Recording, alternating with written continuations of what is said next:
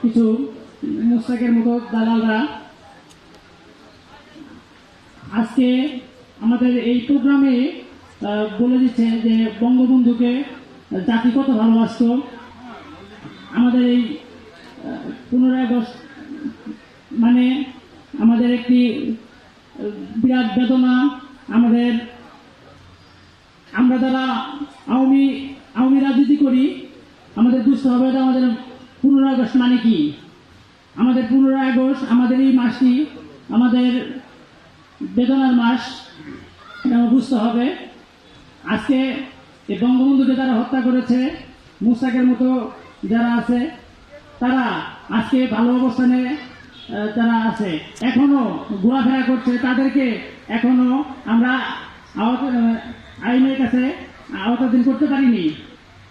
আজকে আমি কথা বলবো না, আমার কথা বলার মধ্যে কিছু না। আমার আজকে এই জায়গায় উপস্থিত থাকবেন আমাদের গাজীপুরের মাটি ও মানুষের নেতা যুব ক্রীড়া প্রতিনিধি আলহাজ মোহাম্মদ জাহিদ হাসান রাসেল ভাই। আরো উপস্থিত থাকবেন আমাদের গাজীপুর মহানগর আওয়ামী লীগের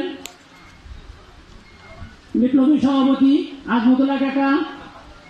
আরো এই জায়গায় উপস্থিত আছে আমাদের গাজীপুর মহানগর মৎস্যজীবী লীগের বিপ্লবী সভাপতি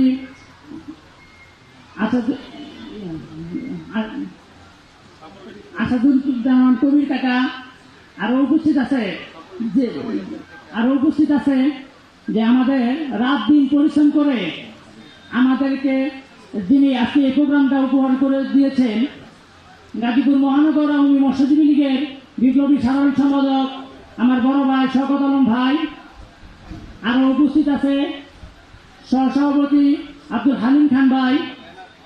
আরো উপস্থিত আছে শাহিন খান ভাই।